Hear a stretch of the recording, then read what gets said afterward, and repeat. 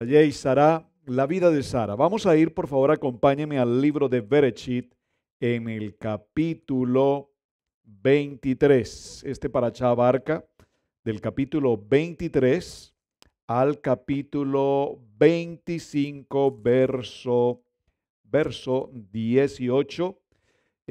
Vamos a ver también hoy parcialmente, por lo menos 3 o 4 versos de Haftará en primer libro de Reyes, capítulo 1, que abarca del capítulo 1, verso 1 al verso 31, pero solamente haré un pequeño recuento allí. Y vamos a tomar en el Brit Hadash, en el pacto renovado, un texto de cierre en el libro de Segunda de Timoteo, capítulo 2, verso 15. La historia que vamos llevando en el orden cronológico de los Parashá nos recuerda que venimos de una historia apasionante. ¿Cuál es? Dios Adonai ordena a Abraham que sacrifique a su hijo. Dijimos en la historia de Abraham hay dos momentos entre tantos, pero hay dos momentos que es importante que resaltemos muy especialmente. Número uno, el encinar de Manré. En el encinar de Manré se procede con una cirugía espiritual física además, ¿cuál es? El Brit Milá. Abraham pasa por el proceso de Brit Milá, ese proceso del pacto, ese proceso de la obediencia, ese proceso de mi entrega, mi fidelidad, mi identidad y mi pertenencia por Adonai, en Adonai y con Adonai. Pero inmediatamente el segundo evento importante que debemos considerar en la vida de Abraham, entre tantos, repito, es el momento en el que ahora el Eterno pide a Abraham que entregue a su hijo, aquel a quien amas. Y mencionamos en nuestro parachá anterior, Vayera, cómo cuando el Eterno nos pide algo que amamos, cómo nos cuesta entregar algo que amamos. Por favor, si el Eterno nos pide, entrégame a tu hijo, o entrégame a tu esposa, o entrégame a un familiar en particular, no sé qué tan fácil sería para nosotros decir, Eterno, como tú digas. Pero vemos que la historia nos narra con detalle cómo Abraham obedeció. Pero aquí quiero hacer una pequeña introspección al tema, porque recordemos que Abraham parte con su hijo, un siervo, su asno, y parten en dirección al monte Hebrón. Pero observen que Sara no está enterada específicamente de cuál es el motivo de este viaje.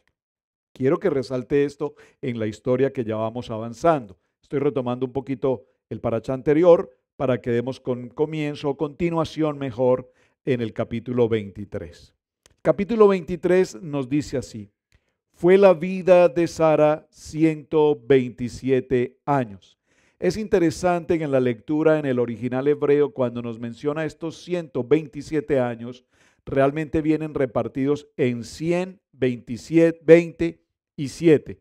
En los parachá de los años anteriores hemos hablado ya oportunamente el por qué viene esta división por años, cuál es su importancia y especialmente recordar que no para todos cuando se menciona la edad aparece esta división 100, 27 y 7, que incluso aparece en singular, 100 año, 27 año, y esto también lo enseñamos ya en unos parachá anteriores, así es que no voy a tomarme el tiempo para esto.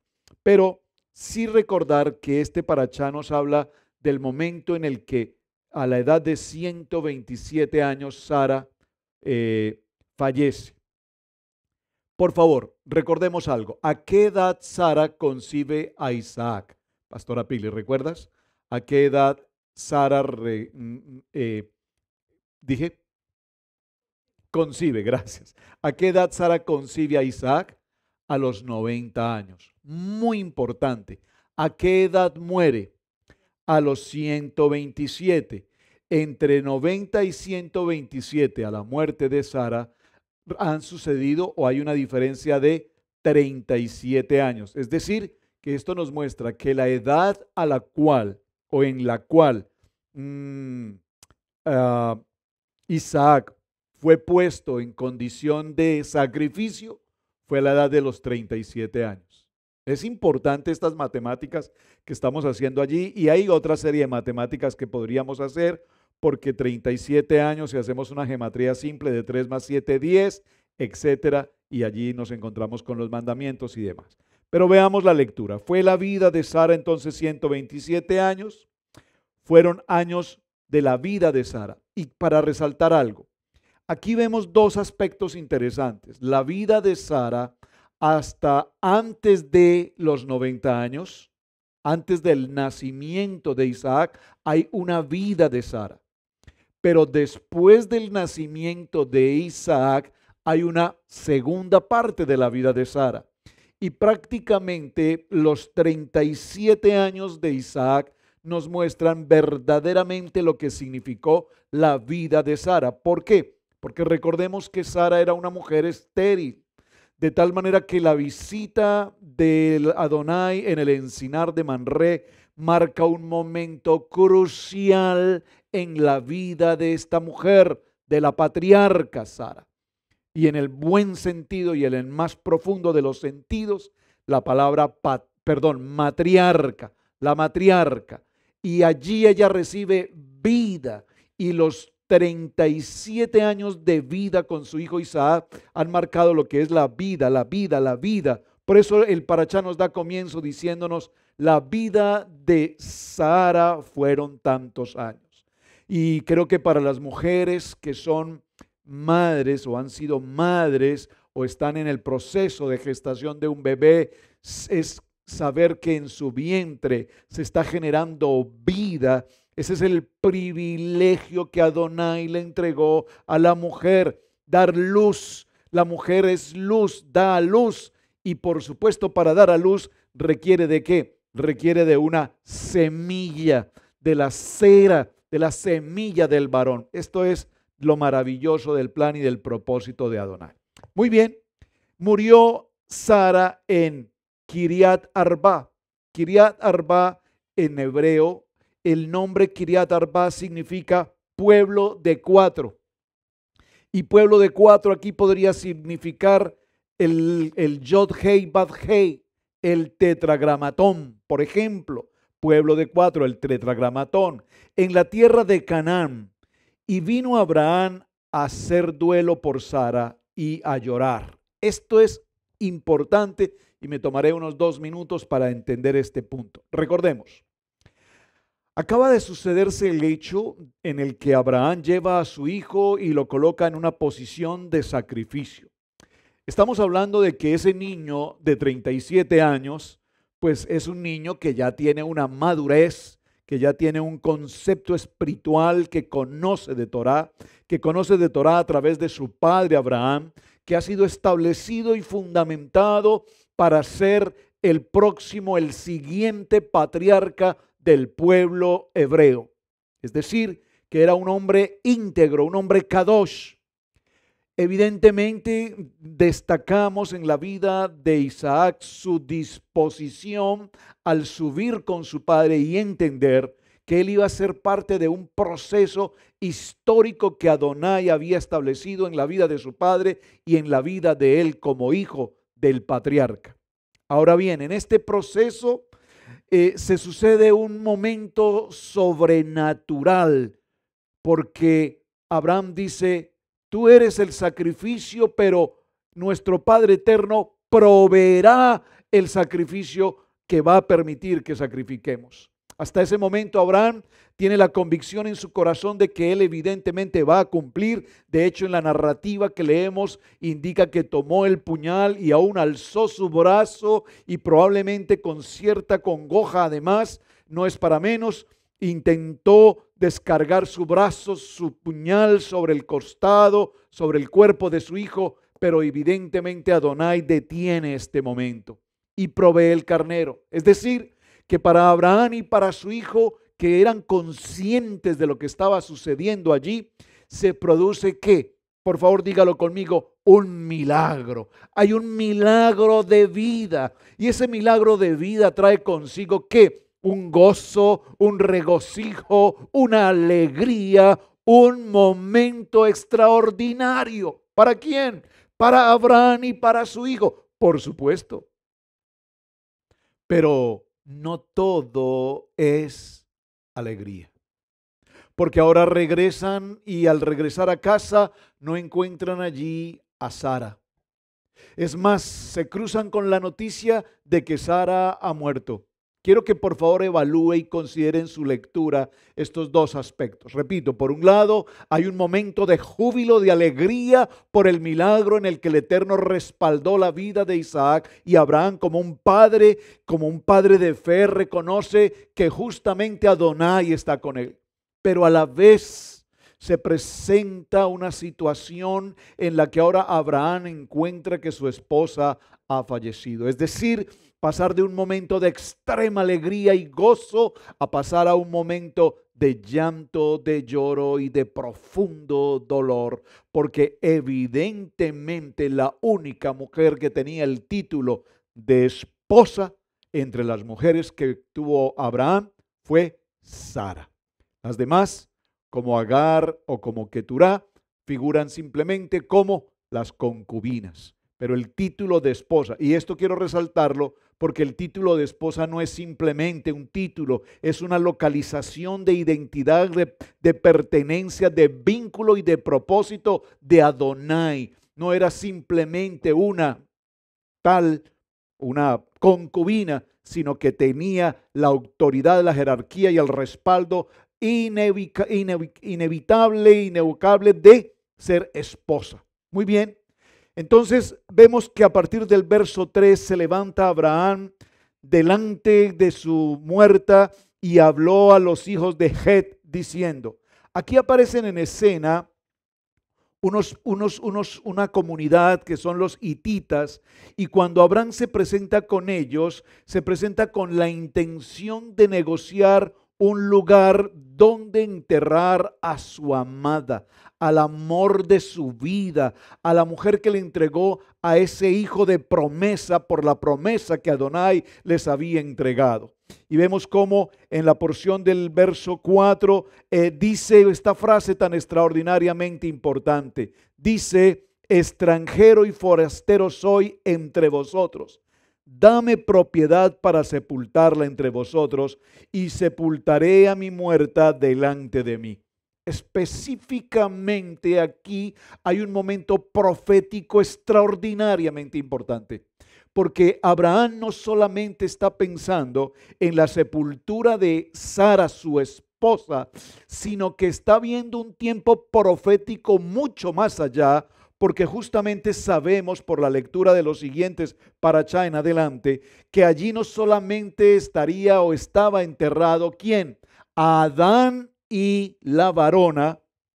Allí estará enterrada Sara, su amada esposa, estará enterrado justamente Abraham, posteriormente será enterrado en este lugar Isaac y Rebeca, y a la final trompeta también estará enterrado Jacob y Lea.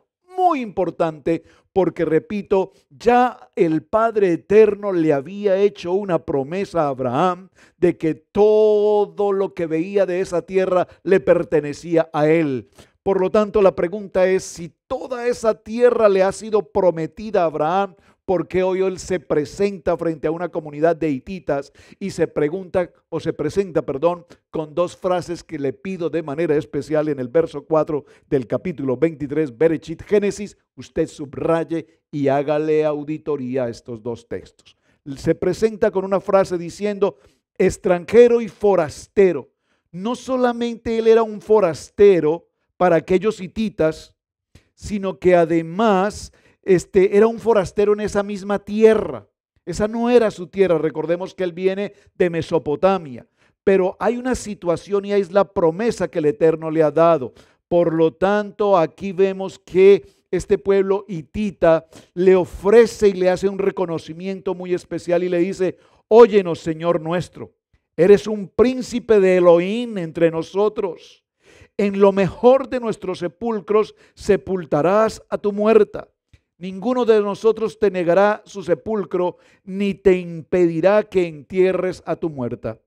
Y Abraham se levantó y se inclinó ante el pueblo de aquella tierra, a los hijos de los hititas, y habló con ellos diciendo: si tenéis voluntad de que yo sepulte a mi muerta de delante de mí, oídme e interceded por mí con Efrón, hijo de Zoar, para que me dé la cueva de Macpela, que tiene al extremo de su heredad, que por su justo precio me la dé para posesión de sepultura en medio de vosotros. Por favor, esto es maravillosamente importante, porque este pueblo de hititas le hace un ofrecimiento a Abraham y le reconocen su jerarquía, lo reconocen como el príncipe de Elohim, lo reconocen como un hombre entregado y que sirve a Adonai, que ellos saben que es el Dios de Abraham, que es el Dios de lo que será el pueblo de Israel. Pero sin embargo, ese ofrecimiento tan cómodo y tan abierto no era más que un ofrecimiento como hoy utilizamos seguramente en el argot popular nuestro en el siglo XXI: mi casa es tu casa. Mi casa es tu casa. Ellos le dijeron: la sepultarás y nosotros te entregaremos esta tierra, porque para que sepultes a tu esposa. Pero esas eran solamente frases cordiales, de apariencia, de hipocresía, porque vemos que realmente Abraham sabía que esa tierra no podría tener acceso a ella a menos que se hiciese un documento notarial, a menos que se pagase un precio, y Abraham estaba por supuesto dispuesto a pagar el precio que fuera necesario. Este Efrón estaba entre los hijos de Het, y respondió Efrón eteo a Abraham en presencia de los hititas, de todos los que entraban por la puerta de su ciudad, diciendo: no, señor mío, óyeme, te doy la heredad y te doy también la cueva que está en ella, en presencia de los hijos de mi pueblo te la doy, porque él necesitaba mostrarse como ese hombre generoso, ese hombre gentil, cordial, amplio ante una situación como esta. Sepulta tu muerta.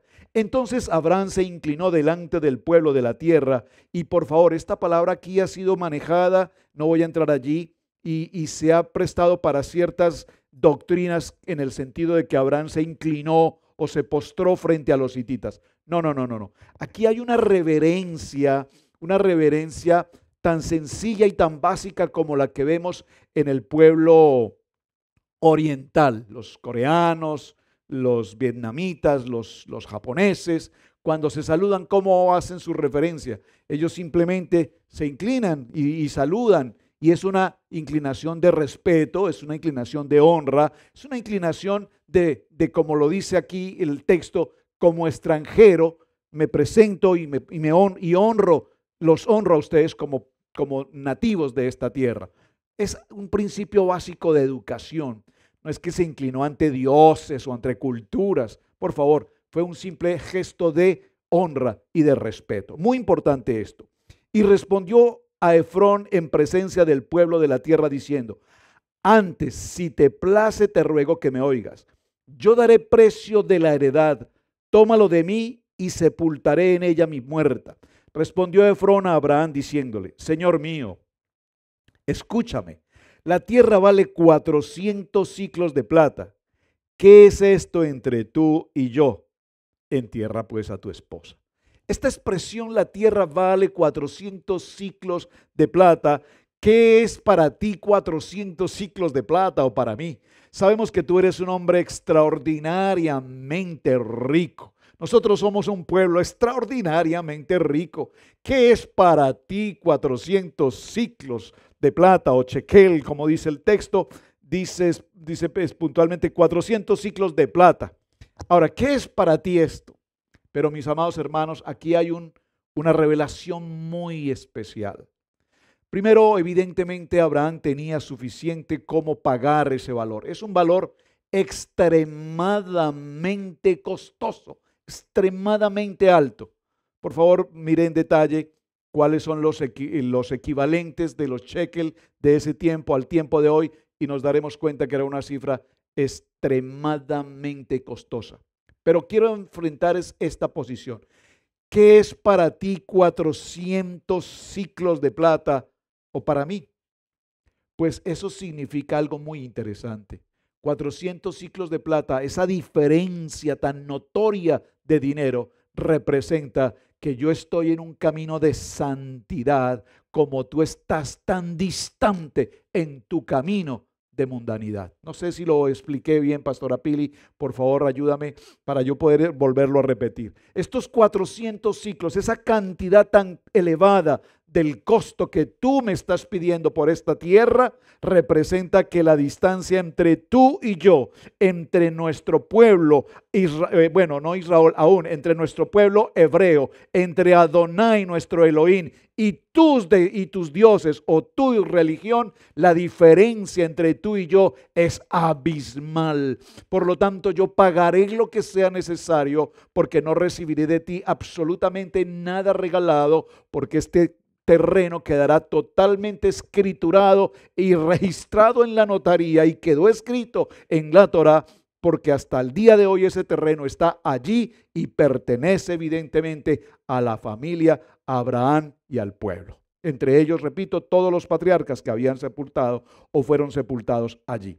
Esto es muy importante porque ahora bien, dice la palabra en el libro de Hebreos, ahora bien, la fe es la certeza de lo que se espera, la convicción de lo que no se ve. Abraham está caminando en un proceso de fe, está caminando frente a un pueblo totalmente pagano, pero está adquiriendo una propiedad que va a representar la identidad del pueblo que va a venir a través después de su hijo Isaac y posteriormente a través de Jacob. Así es que en el recorrido de este parashá vamos a entrar a un segundo contexto, y es justamente cuando Abraham ahora se ocupa de buscar una esposa para su hijo Isaac. Era Abraham ya de edad avanzada en años. Adonai había bendecido a Abraham en todo. Abraham había sido grandemente bendecido. Pero era Abraham, aún en su edad, un hombre extraordinariamente fortalecido. Y dijo Abraham a uno de sus siervos, el más viejo de su casa, que era el que gobernaba en todo lo que tenía: pon ahora tu mano debajo de mi muslo, debajo de mi muslo. Te juraré por Adonai, Elohim de los cielos y Elohim de la tierra, que no tomarás para mí mujer de los hijos de los cananeos. Muy importante este aspecto, hermanos, porque recordemos que Abraham está caminando en un propósito de fe. Abraham está caminando como viendo al invisible. Recordemos que Abraham ya había visto la promesa cumplida de una tierra de promesa. Abraham ya conocía toda la extensión de la tierra que el Eterno entregaría, y que es precisamente esa Jerusalén, esa Israel celestial. Y había una Israel física, terrenal, que era la sombra, o es mejor la sombra de lo que ha de venir. Así es que él no podía permitir que su hijo, que su bebé de 37 años, fuese a mantener un vínculo matrimonial con una mujer pagana, o como dice la pastora Pili, comillas, una filistea incircuncisa. Muy interesante. Así es que hasta nuestros días existe la tradición que estamos viendo en este texto bíblico. Le dice: irás a mi tierra. ¿Cuál es la tierra de Abraham? Mesopotamia. Y a mi parentela, a mi familia. Allí quedaron mis hermanos, allí quedó parte de mi familia. Y tomarás mujer para mi hijo Isaac.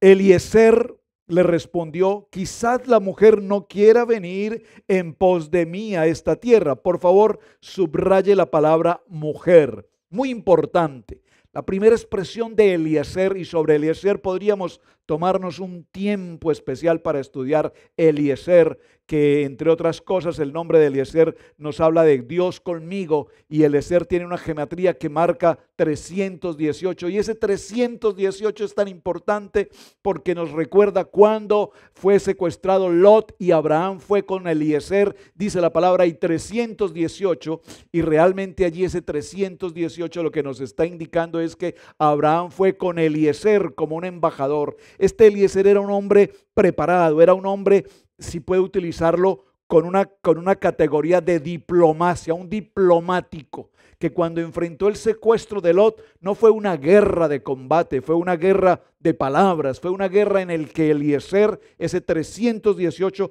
enfrenta a sus contrincantes con un estilo diplomático y recupera a quien debía recuperar, en este caso a Lot. Ahora, vemos que Abraham escoge a este Eliezer, que es su siervo fiel, y lo envía con una misión interesante, importante y que marcará la historia hasta nuestros días: buscar una esposa.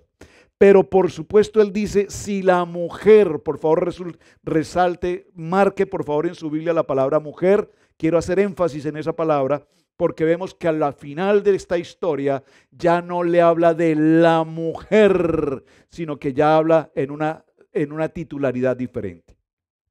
Si la mujer no quiere venir en pos de mí a esta tierra, volveré pues tu hijo a la tierra de donde saliste. Abraham le dijo, guárdate que no vuelvas a mi hijo allá.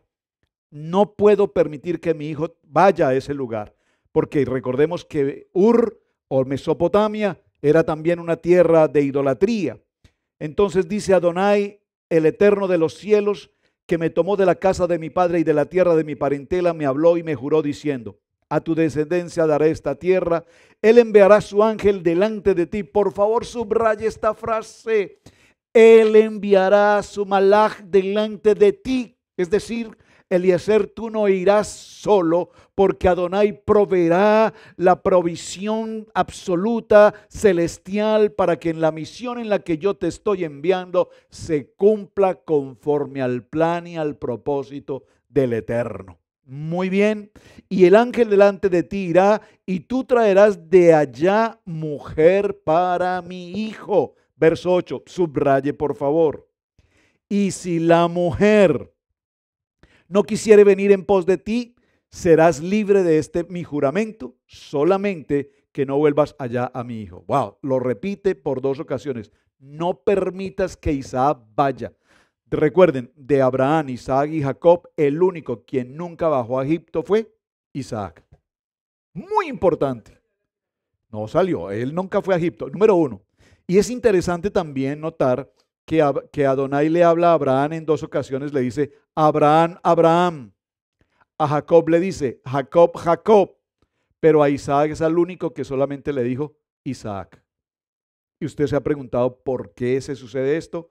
Vaya por favor a nuestros parachats de los años anteriores, que allí lo hemos explicado absolutamente todo. Estoy solamente tratando de hacer un recuento básico para llegar a donde vamos al tema central. Muy bien, en todo este proceso, si leo todo el texto, pues vamos a tomarnos mucho tiempo, pero lo que quiero simplemente es llegar a este punto. Y definitivamente el siervo tomó 10 camellos, estos 10 camellos, por favor subraye 10 camellos, porque estos 10 camellos tienen representación tipológica muy importante aquí. Representa esos 10 mandamientos, representa las 10 tribus esparcidas por las naciones que serán puestas, tomadas en Ejat, por favor, y tomó los camellos y se fue tomando toda clase de regalos escogidos de su señor, y puesto en camino llegó a Mesopotamia, a la ciudad de Nacor. Por favor, esto lo leemos tan rápido. Y puesto en camino llegó a Ur, llegó a Mesopotamia. Pero si nosotros miramos la distancia desde Hebrón hasta Mesopotamia, al lugar donde llegó, estamos hablando de cerca de 1000 kilómetros, son 500 millas. Eso no es un recorrido que se haga de un día para otro, y menos en camello a 25 millas por hora, que es lo que en promedio camina el camello por día. Pues creo que esto tomó un buen tiempo. Verso 11, hizo arrodillar sus camellos fuera de la ciudad junto a un pozo de agua. Por favor, subraye la palabra pozo de agua, porque aquí en el pozo se va a suceder un hecho extremadamente histórico. Solo lo voy a mencionar, si el Eterno me lo permite, en nuestras reuniones de miércoles. Voy a enseñar sobre este tema tan importante de los pozos. Véanlo así. Tenemos 4 historias de amor que se suceden en pozo. Pastora Pili, tome nota, por favor. Muy interesante. Número 1. Vemos el primero. ¿Cuál? Isaac y Rebeca. Es el primer pozo. Vamos a entrar allí. El segundo pozo se sucede entre Jacob y Rebeca. El tercer pozo se sucede entre Jacob y Raquel, gracias. ¿Dije Rebeca? Jacob y Raquel, gracias. El tercer pozo se sucede entre Moshe y Séfora. ¿Y el cuarto pozo? Muy bien, Pastora Pili, excelente. Entre Yeshua y la mujer samaritana, muy importante, porque estos cuatro pozos cumplen una función extraordinariamente importante y tienen una revelación máxima para que podamos entender por qué en los pozos se sucede esta historia tan fundamental. Muy bien, ahora vamos a detenernos en este punto.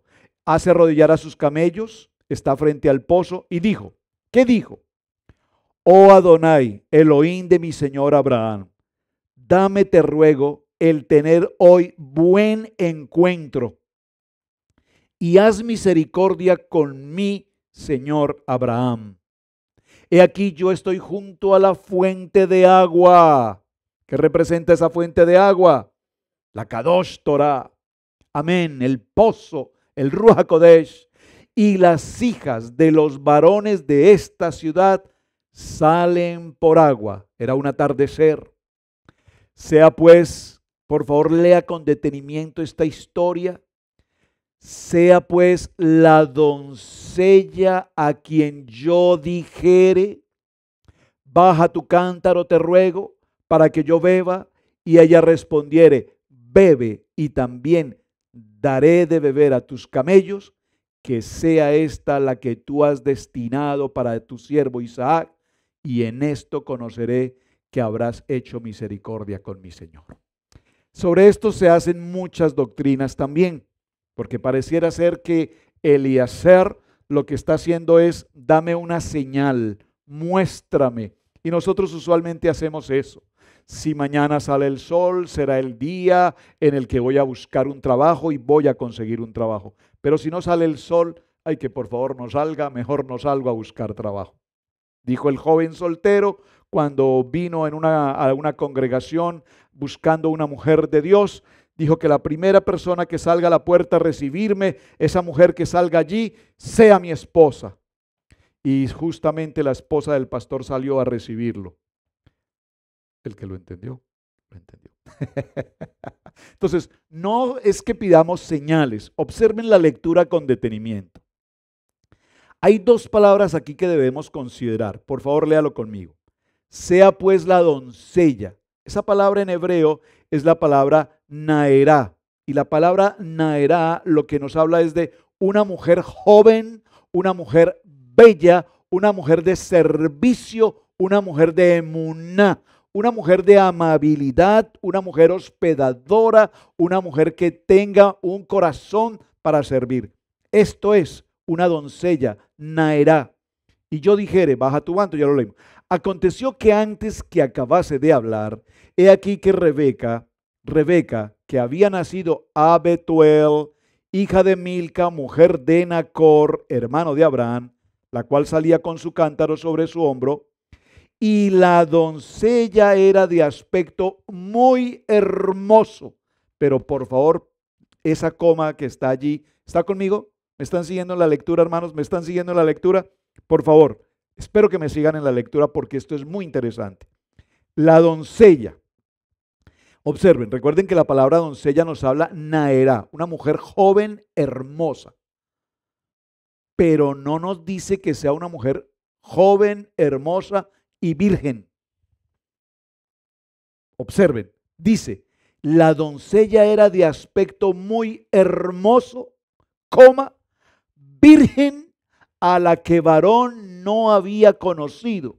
Y aquí la palabra virgen es la palabra betulá. Y por favor, observen que cuando lo leemos en hebreo encontramos no una gran diferencia o una gran distancia, pero sí encontramos dos palabras que separan la mujer doncella, la mujer joven, hermosa, de la mujer betulá, que es la mujer doncella, joven, pero que además es virgen.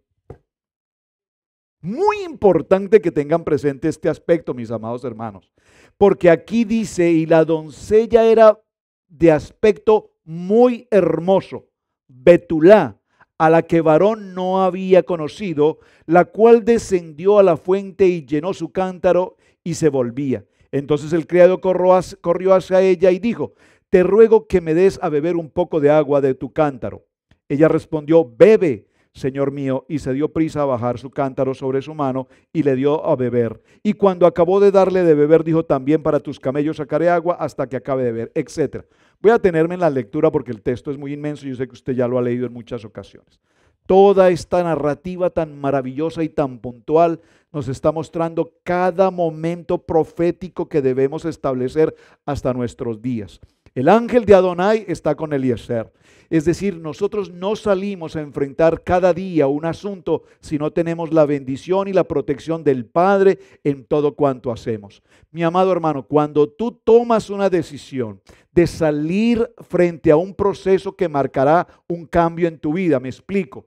Tú estás buscando cambiar de ciudad, salir del país, establecerte en otra nación, estás buscando un lugar para congregarte. Tú no estás allí picando aquí, picando allá, picando aquí, picando allá. Voy a probar si en Estados Unidos, voy a probar si en España, voy a probar si en Australia, voy a probar si en Tokio, voy a seguir probando. No, no, no. Cuando tú vas en un propósito de Adonai, tú vas bajo la dirección, el cuidado, la protección de el malach de Adonai que va contigo y te dirige y te confirma específicamente el lugar a donde tú debes llegar. Tú no puedes ir con la dirección de Adonai en un punto y después decir, no, no era aquí. Creo que era para otro lado. No, Adonai se equivocó. Realmente cuando Él me confirmó que venía para acá, seguro se equivocó, era para otro y me trajo aquí erróneamente. Por favor, no puedes tomar decisiones y luego responsabilizar a Adonai de tus malas decisiones.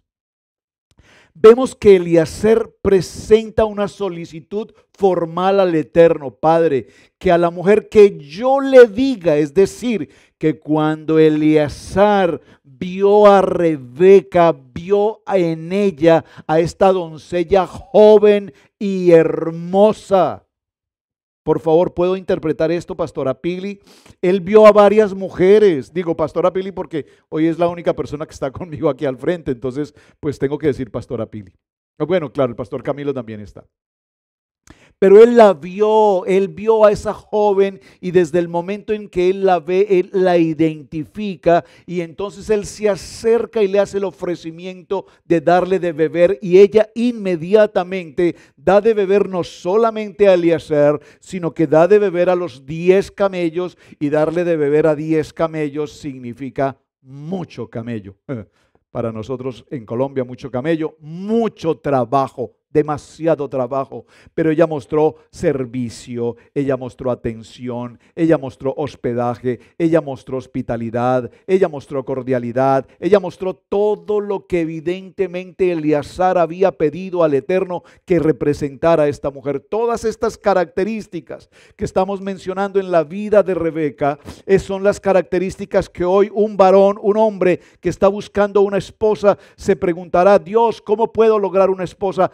No busques a la más bella, a la más hermosa, a la más linda, a la más popular. Busca en ella su belleza espiritual, una mujer íntegra, una mujer llena del temor de Adonai, una mujer que esté conforme a los dones del Ruach HaKodesh, y entonces entenderás que ahí está el propósito que tú realmente estás buscando. Amén. Vemos entonces, mis amados hermanos, que se presenta la situación en la que él hace una pregunta: ¿de qué familia tú eres?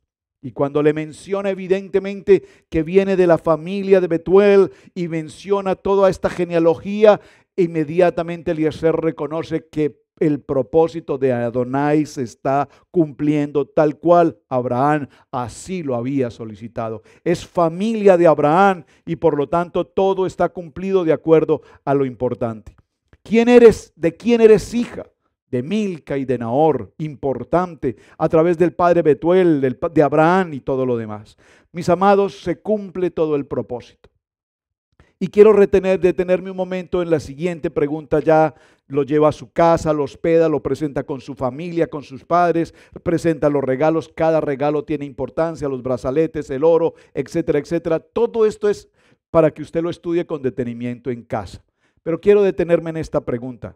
¿Cuál es la pregunta? ¿Irás con este varón? Pregunta su familia a Rebeca. Y Rebeca contesta sin ningún vacilamiento, sin ninguna duda, sin ninguna pregunta. Ella tiene una convicción total y absoluta en su corazón y ella dice, sí, iré. Permítame parafrasear un poquito esta historia. Cuando tú hablas con un hermano y le propones venir, congregarse, estudiar Torah, estudiar los misbot, estudiar los parashá, bueno, pero pues es que realmente esto no sé, esto creo que es como de los judíos, esto como que ya fue abolido, etcétera, etcétera, etcétera. No, aquí vemos a una mujer que está siendo pedida con una solicitud de matrimonio para ser llevada a otra nación, a otro lugar, a otra tierra, a un lugar forastero, a un lugar extranjero y con una promesa de un novio a quien ella no conoce, con quien nunca ha tenido un texto, una carita feliz o un mensaje por Zoom o por el Face, nunca. Pero ella evidentemente da una respuesta y dice, sí, iré con la absoluta certeza y convicción porque el Ruach HaKodesh ha dado el discernimiento y la dirección absoluta para que ella tome esta tan importante decisión. Como dice el libro de Juan capítulo 20 verso 29, bienaventurados los que sin ver han creído. ¡Wow! ¡Qué maravilla, eterno Padre! Gracias por este momento. Gracias porque nos das la oportunidad de caminar como viendo al invisible. Ahora, toda esta historia la quiero llevar inmediatamente porque el tiempo nos apremia y acompáñeme por favor al primer libro de Reyes. Nos vamos a salir de este contexto, vamos a ir un momento al primer libro de Reyes y continuaremos viendo la segunda parte en el Haftarah con este lente espiritual, con un lente escritural. ¿Qué pasa en esta segunda historia? Que tiene que ver con la primera, pero la vamos a ver ahora a través de la vida de David. Abisag sirve a David, dice en mi Biblia ese texto. Primer libro de Reyes, en el capítulo 1, verso 1. Cuando el rey David era de edad avanzada, en sus días, le cubrían de ropas, pero no se calentaba. Le dijeron, por tanto, sus siervos, busquen para mi señor el rey una joven Betulá, una joven virgen, para que esté delante del rey y lo abrigue y duerma a su lado, y entrará en calor mi señor el rey. Por favor, subrayen el verso 3. Buscaron una joven hermosa, ¿qué dijimos hace un momento? Una nara, una mujer, una doncella joven y hermosa, pero que además sea Betulá, es decir, las mismas características que encontramos en Rebeca, en Rebeca, correcto. Buscaron una joven hermosa por toda la tierra de Israel y hallaron a Abisag sunamita. Y la joven era hermosa y ella abrigaba al rey y le servía, pero el rey nunca la conoció. Es decir, que el rey David nunca tuvo ningún tipo de intimidad sexual con ella. Muy importante este punto, hermanos, muy importante, porque aquí vemos que buscaron entre las mujeres de la tierra de Israel. Por favor, dígalo conmigo, entre los límites de la tierra de Israel buscaron a una mujer Nahará, a una mujer Betulá, a una doncella hermosa, joven, bella y por supuesto virgen. ¿Para qué? Para que durmiera, cuidara, protegiera, le diera calor a la vida del rey. Pero el rey nunca tuvo intimidad con ella. Esto es absolutamente profético porque tenemos que saber que en Isaac encontramos a Yeshua HaMashiach y en Rebeca, quien va a ser su novia, encontramos a quién? A la mujer Rebeca que representa tipológicamente a la iglesia. Cuando Rebeca viene en su camello, camina en ese recorrido por el desierto y llega a las propiedades del terreno, al territorio donde está Abraham y donde se encuentra Isaac. Isaac caminaba por los campos, estaba en ese tiempo de oración por los campos, hablando con Adonai, y cuando se cruzan en el camino, Rebeca le pregunta a Eliezer, ¿quién es este joven? ¿Quién es ese hombre ¿Quién es ese hombre tan guapo que veo al frente mío? Y Eliezer le contesta, él es mi Señor. Esta expresión aquí, mi Señor, es una tipología de Yeshua HaMashiach. Ella inmediatamente, ¿qué hace? Dice el texto, estoy parafraseando la historia, ella inmediatamente baja, desciende de su camello, se cubre su cabeza, su rostro con el velo y se acerca. Inmediatamente viene ese proceso nupcial en el que la novia Nahará, la novia Betulá, viene al novio y se concentran en lo que es el vínculo matrimonial. Viene el proceso de la boda y viene el proceso de que ahora ya no está Sara, no hay luz en la carpa de la matriarca, pero dice la palabra que Isaac tomó a su esposa Rebeca, la llevó al interior de la carpa e inmediatamente allí la amó y dice la palabra que volvió la luz nuevamente sobre ese lugar. ¿Por qué? Porque ahora Rebeca ocupará ese momento tan maravilloso, dándole continuidad a la matriarca. Esto lo quise mencionar para entender lo que estamos leyendo en Reyes. Entonces Adonías, hijo de Agit, se rebeló diciendo, yo reinaré, e hizo de carros y de gente a caballo y de 50 hombres que corriesen delante de él. Y su padre nunca le había entristecido en todos sus días con decirle, ¿por qué haces así? Además, este era de muy hermoso parecer y había nacido después de Absalón. Detengámonos un momento solo para explicar un pequeño concepto aquí. La joven doncella fue buscada dentro de los límites de Israel. Por favor, dígalo conmigo, en Israel, casa integral y en la Torá, todo tiene un límite. Amén. ¿Lo están captando? En Israel todo tiene un límite. En nuestras vidas, de manera personal, cuando estudiamos la Kadosh Torah y como creyentes y reconociendo a nuestro Mashiach, tenemos límites. Por favor, dígaselo a usted mismo, yo tengo límites. El mundo tiene límites, la Torah tiene límites.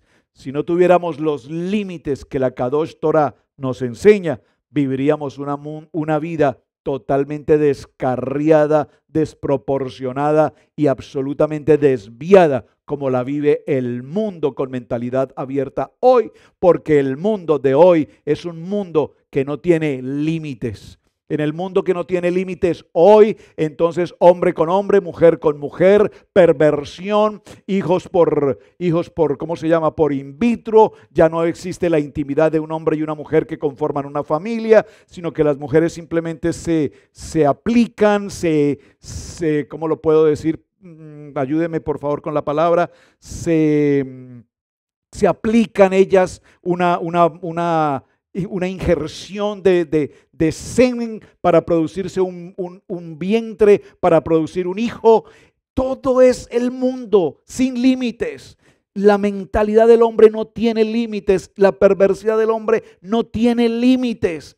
Y aquí nos dice que para buscar la compañía del rey solamente se hizo dentro de los límites del pueblo de Israel. Es decir, dentro de los límites de la Kadosh Torah. Yo tengo que vivir sujeto a estos límites. Pero ¿qué pasa con este hijo rebelde? Este hijo rebelde nunca desde su juventud infantil se le pusieron límites, se les dieron libertades. Y cuando nosotros permitimos que nuestros hijos crezcan sin los límites, sin los lineamientos hasta donde pueden avanzar, cuando pretendemos frenarles su libertad, entonces nuestros hijos se nos entristecen. ¿Qué pasa cuando tú le has dado la libertad a tus hijos de pasar día y noche conectado en internet y totalmente desconectado de la oración, totalmente desconectado de la palabra, totalmente desconectado de la congregación? Que tus hijos vienen a la congregación si tú les prometes algo a cambio, que tus hijos nunca vienen a la congregación porque no les interesa formar parte de una congregación, no les interesa leer la Biblia. ¿Por qué? Porque los dejamos crecer sin límites. Y esta porción nos está diciendo que para escoger la compañía del rey debemos estar dentro de los límites establecidos. Miren, amado hermano, usted sabe que tiene un día llamado Shabbat. Y cuando usted sabe que tiene un día Shabbat, un día de reposo, al cerrar el día sexto y al atardecer da comienzo a su día de reposo. Por favor, no confunda reposo con descanso. Son dos expresiones diferentes. Cuando tú tienes tu día de reposo, es decir, cuando tú vienes a tu mesa en el tiempo de reposo y con gratitud y como familia nos presentamos con Adonai y presentamos nuestro corazón de gratitud para con Él, entramos a nuestro tiempo de reposo. Cuando tú, amado varón, estás conectado 8 a.m. al día siguiente en Shabbat y entramos a nuestro tiempo muy breve, por demás 1 hora, de compartir la enseñanza con el pastor y los varones, estamos en nuestro tiempo de reposo, estamos en Shabbat. Cuando nuestros hijos se conectan con cada una de sus clases, con cada una de sus maestras que preparan toda esta enseñanza, estamos en el día de reposo. Cuando estamos en el tiempo de la tarde y compartimos el cierre de Shabbat, estamos en el tiempo de reposo. Pero si el tiempo de reposo tú lo tienes para ir al mall, o ir al shopping, o irte al viaje, o irte al paseo, o irte al cine, o yo no sé, por favor, entiéndanme con respeto lo que les quiero decir, hermanos, con todo mi amor. Yo sé que si el pastor está diciendo esto, venía bien, pastor, venía bien. Esta parte ya me incomodó, esta parte ya me molestó. Pues mi hermano, tenemos que estar dentro de unos límites. Dígalo conmigo, mi vida tiene que estar sujeta a unos límites y esos límites me los entregó mi Padre eterno y yo debo someterme a estos límites para que mi vida camine con propósito. Cuando se entristece, por favor observe esto, cuando el mundo se entristece por algo que ha pasado, que no le salió bien, se llama ¿cómo? Remordimiento. Pero cuando el creyente se arrepiente por algo que no debió hacer y era justamente en el día de Shabbat, fue justamente en el día de Sukkot, fue justamente en el tiempo de Yom Teruah o Yom Kippur o Shavuot o en el tiempo de Bikurín o de Hag Masá o de Pesá que se te ocurrió tomar el plan de vacaciones, pero justamente coincidía con el Moedín, con el límite que Dios nos dio. Y se cruzaron esas fechas, entonces algo pudo pasar en nuestras vidas y luego decimos, Padre, yo sé que no hice lo correcto y entramos a un proceso de arrepentimiento. Por favor, diga conmigo, el mundo tiene remordimiento, dígalo conmigo, el mundo tiene remordimiento, pero un creyente que cumple con los límites de la Torá tiene arrepentimiento. Algo de lo que tengas que arrepentirte hoy, mi amado hermano, son dos conceptos que tenemos que considerar. Y quiero leerles puntualmente un texto bíblico para ir cerrando nuestra historia en el día de hoy. A ver, permítame, lo ubico un momento. Creo que es Segunda de Corintios, segundo libro a Corintios. Acompáñenme un momento, en el capítulo 7, segundo libro a Corintios, capítulo 7, verso 10. Aquí está. Vimos que había una palabra allí en Romanos, en el libro de Primera de Reyes, que dice la tristeza. ¿Cuándo a nosotros nos cambian? Una libertad que hemos tenido. La libertad de hacer lo que nos parece, cuando nos parece y como nos parece. Y aparece el pastor o la pastora Pili diciendo, usted tiene que caminar con este límite en su obediencia a Shabbat, en su obediencia a su ofrenda, en obediencia a su servicio ministerial.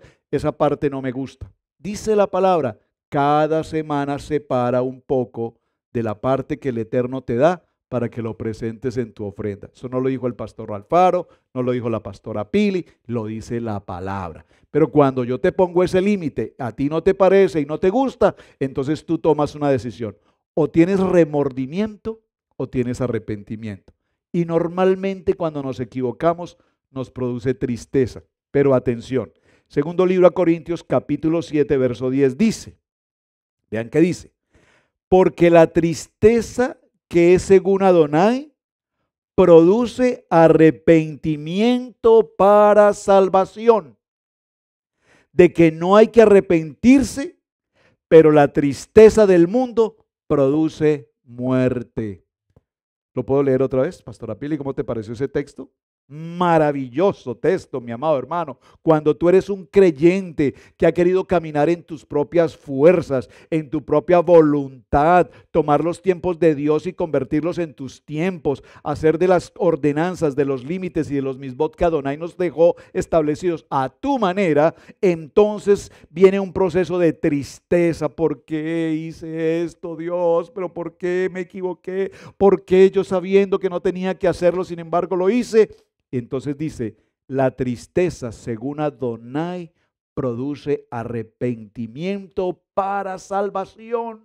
Es decir, que cuando yo como creyente sé que me equivoqué y me arrepiento, me estoy arrepintiendo porque yo sé que en mi techuvá, en mi tikún, en mi arrepentimiento tengo salvación.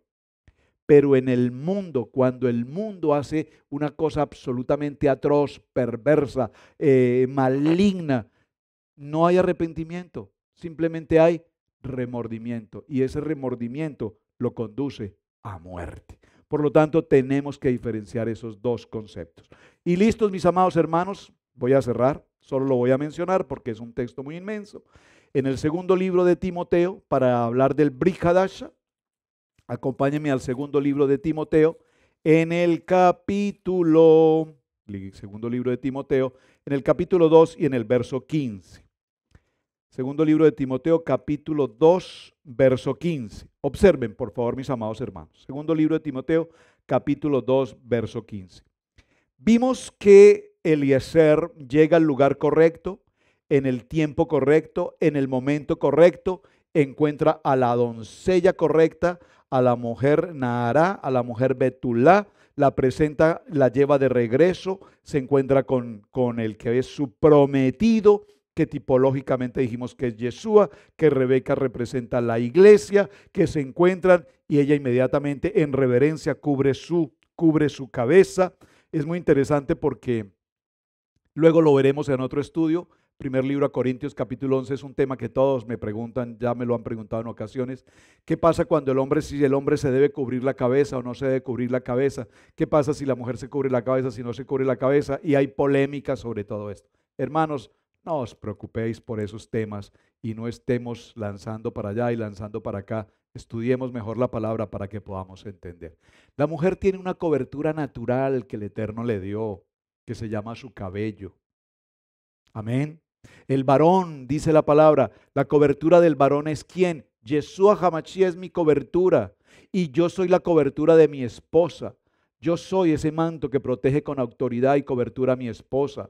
El manto, pues hay dos mantos para la mujer. El manto tradicional, el manto con el que ella se puede cubrir su cabeza, o el manto suyo, que es su cabello. Eso es básicamente lo que la palabra nos está enseñando. Entonces, hacemos polémicas, que si el manto, que si no se lo coloca, que si tiene, que se afrenta. Luego haré un estudio muy detallado sobre esto.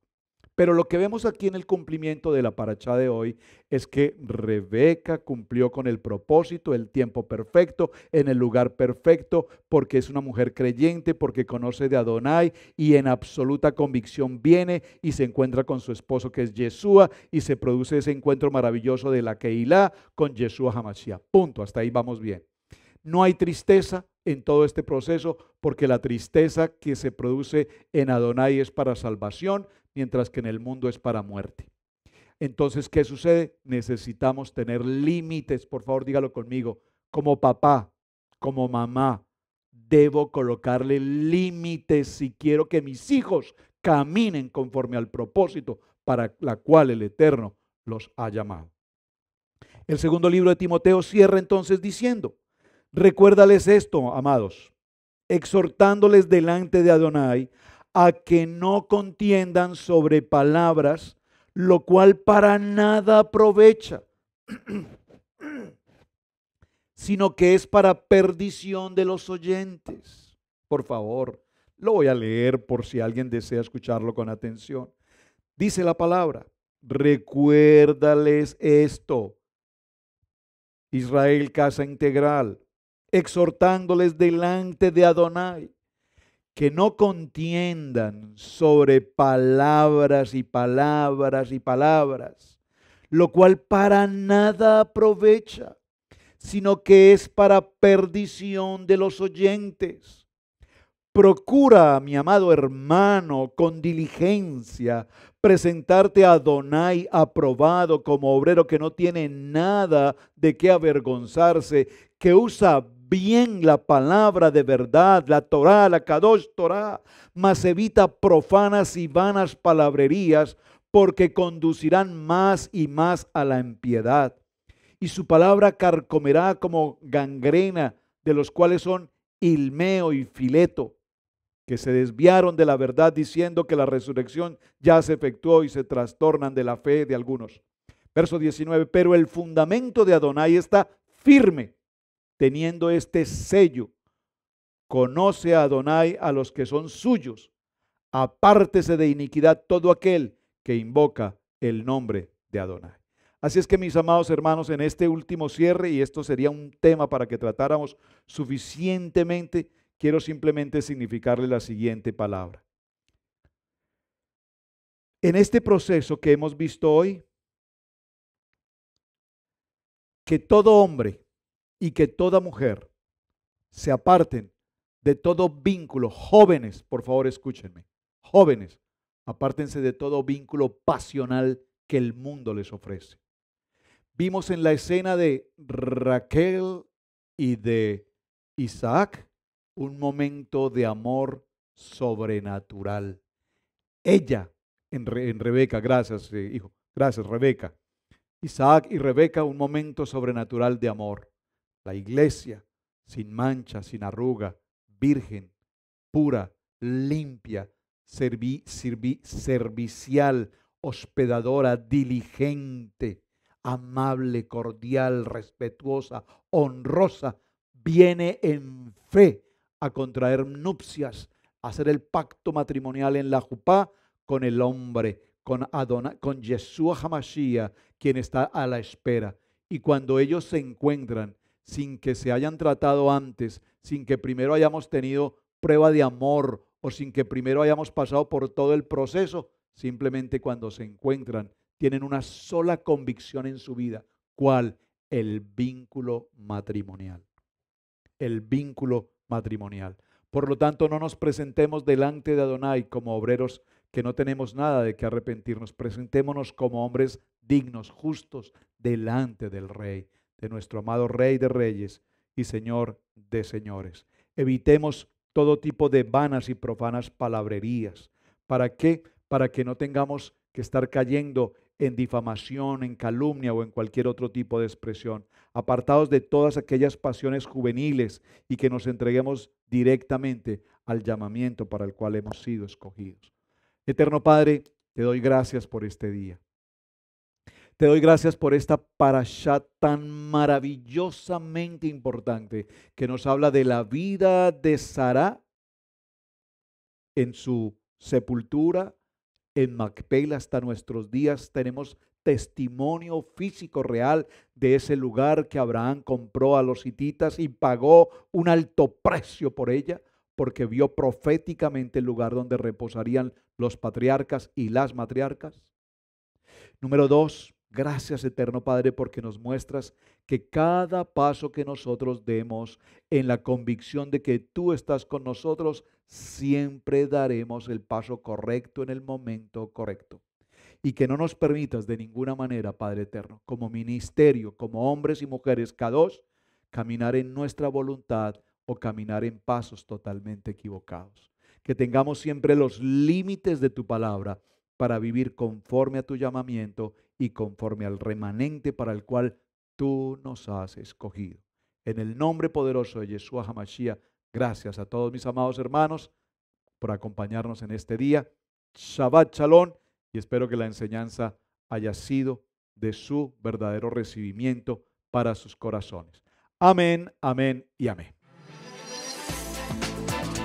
En Israel Casa Integral, te invitamos a participar en la enseñanza del Parashat en la familia, para la familia, todos los viernes a las 7 en youtube.com. No olvides activar la campanita, una producción de Israel Casa Integral.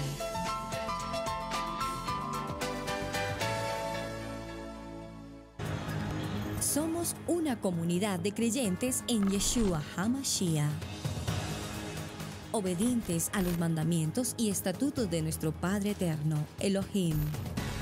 Amamos escudriñar su palabra y exaltar su nombre santo.